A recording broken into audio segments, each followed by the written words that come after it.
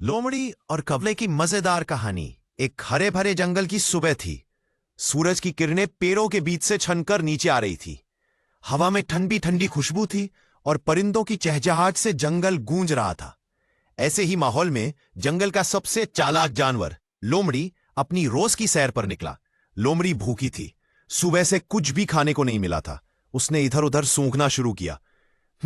मुझे तो कहीं खाने की खुशबू आ रही है, उसमें सोचा और अपनी चालाक आंखों से चारों तरफ देखना शुरू किया। कुछ दूर ही एक बड़ा सा बरगद का पेड़ था। उस पर बैठा हुआ कौवा अपने चोंच में एक टुकड़ा पनीर दबाए हुए था।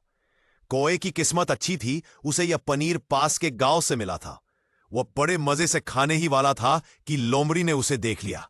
लोमड़ी की आंखें चमक उठी। वाह, ये तो बहुत स्वादिष्ट पनीर है। अगर ये मुझे मिल जाए तो मेरा नाश्ता भी हो जाएगा। लेकिन समस्या यह थी कि पनीर कौवे की चोंच में था और कौवा इतना आसानी से क्यों देगा।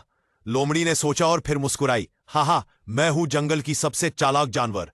कौवा तो भोला है, उसे तो मैं आसानी से बेवकूफ बना सकती हूं। लोमड़ी की मीठी बातें। लोमड़ी पेड़ के नीचे जाकर खड़ी हो गई और बहुत ही मीठे स्वर में बोली, अरे वाह, ये कौन बैठा है?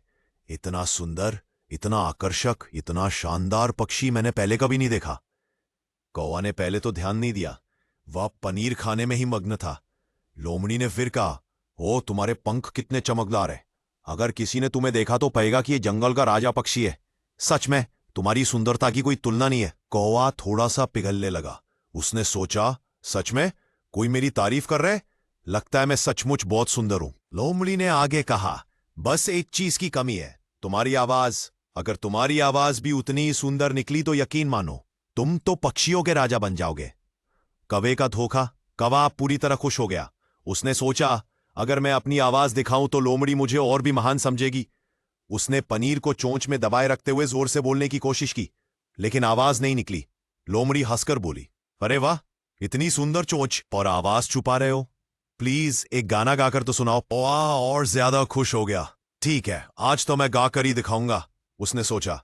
जैसे ही उसने अपनी चोंच खोली, पनीर नीचे गिर गया। लोमड़ी ने झट से उसे उठाया और मजे से खाने लगी। ट्विस्ट, कौवे का पलटवार। अब तक कहानी यहीं खत्म हो जाती है, लेकिन नहीं, ये कहानी यहां से और मजेदार बनती है। कौवा पहले तो बहुत दुखी हुआ। उसे लगा कि वह कितना मूर्ख है, लेकिन फिर उसने सोचा, अगर लोमड़ी चालाक है तो क्या मैं बेवकूफ हूं? नहीं, इस बार मैं उसे सबक सिखाऊंगा। अगले दिन कौवे ने एक नया प्लान बनाया। उसने गांव जाकर थोड़ा सा मिर्ची पाउडर और सूखी रोटी लाकर अपनी चोंच में दबा ली और पेड़ पर बैठ गया। लोमड़ी फिर वहां आई। उसने देखा, वाह, आज भी कौवे के पास खाना है। आज तो फिर मजा आ जाएगा। फिर वही पुरानी चाल, मीठी मीठी बातें, तारीफें और आवाज की बात। कौवा भी शांति से सुनता रहा। फिर जैसे ही लोमड़ी ने कहा, बस एक गाना सुना दो, तो कौवे ने अपनी चोंच खोली और रोटी और मिर्च पाउडर नीचे गिरा दिया। लोमड़ी ने बिना देखे उसे उठाया और तुरंत मुंह में डाल लिया। लोमड़ी की हालत खराब। आ आ आ आ आ आ आ लोमड़ी का मुंह जलने लगा। मिर्ची ने उसकी हालत खराब कर दी। वो पानी ढूंढने के लिए इधर उधर भागने लगी। कौवा पेड़ पर बैठा हंस हंस कर लोटपोट हो रहा था। हा, कैसी लगी मेरी आवाज? अब पता चला चालाकी हर बार काम नहीं आती। लोमड़ी ने पानी पिया और बड़ी मुश्किल से अपनी जलन शांत की।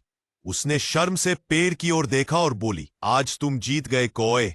अब मैं समझ गई हूं कि बार बार धोखा नहीं चल सकता। सीख, कहानी से दो बातें सीखने को मिलती है। चालाकी हमेशा काम नहीं आती। अगर तुम बार बार दूसरों को धोखा दोगे तो एक दिन कोई तुम्हें भी सबक सिखा देगा।